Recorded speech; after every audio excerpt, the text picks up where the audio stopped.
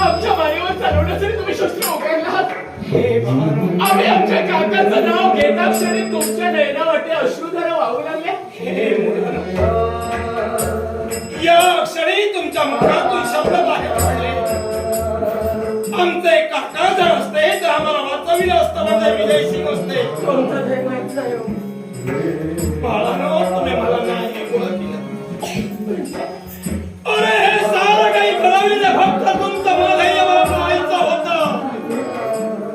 पण ज्या काकाचं तुम्ही नाव घेता दुसरा तिसरा विषय नव्हे.